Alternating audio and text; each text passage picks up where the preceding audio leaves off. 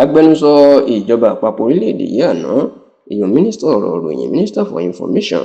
tí ó tún jẹ́ olóyè nínú ẹgbẹ́ òṣèlú All Progressives Congress APC lásìkò yìí, ìyẹn Alhaji Lai Mohammed, ó mà ti tú àṣírí ohun tí ó ṣẹlẹ̀ láàrin olóògbé Muhammadu Buhari ọ̀gá ẹ̀ àti ààrẹ Bọ́lá Ahmed Tinubu lásìkò tí wọ́n fẹ́ dá ẹgbẹ́ òṣèlú All Progressives Congress APC sílẹ̀, tó sì jẹ́ kó di mọ̀ wípé nítorí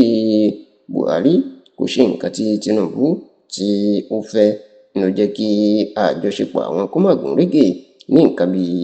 ọdún 2011 tí ètò ìdìbò ààrẹ tó wáyé ní orílẹ̀-èdè Nàìjíríà. Dáhùn ti wípé ní àsìkò ìjọba tó kọjá, ìyẹn ìjọba olóògbé Muhammadu Buhari, ògúnná gbòǹgbò òun ni Alhaji Lai Mohammed, ọmọ bíbí ìlú Òru ní ìpínlẹ̀ Kwara, ni ló jẹ nínú ìjọba ààrẹ Bọ́lá Ahmed Tinubu, nítorí pé ó ní agbẹnusọ ìjọba náà, ìyẹn mínísítà ọ̀rọ̀ ìròyìn, tó sì jẹ́ pé ọ̀pọ̀ àwọn èèyàn ni wọ́n ti fẹ́ sọ Alhaji Lai Mohammed lẹ́nu nítorí pé onírọ́nà máa ń pè é, pàápàá bó ṣe jẹ́ pé gbogbo nǹkan tí wọ́n bá gbé wá nípa Buhari ọ̀gá ẹ̀ ni ó máa ń dáàbòbò, tí yóò ṣàlàyé ìpè kò rí bẹ́ẹ̀ tí ó sì gbèjà Buhari.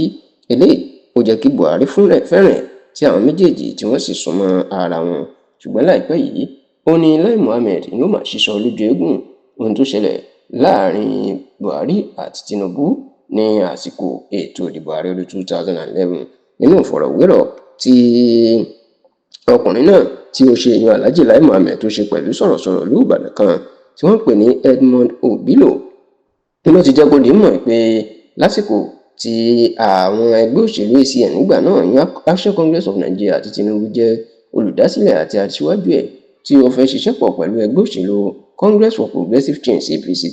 tí Buhari jẹ́ olùdásílẹ̀ àti aṣíwájú ẹ̀ lọ́dún 2011. Ó ní tó bá àjọṣepọ̀ àwọn jẹ́ ni pé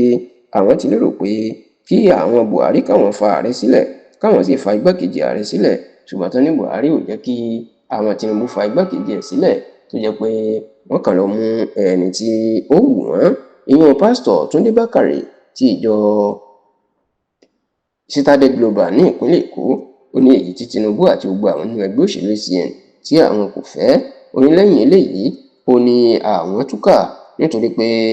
àwọn wò pé bí Buhari bó ṣe jẹ́ pé ẹgbẹ́ òṣèlú kan ṣoṣo di ẹgbẹ́ òṣèlú CPCN ló ń darí ilẹ̀ Haúsá, táwọn sì ní gómìnà bíi 6.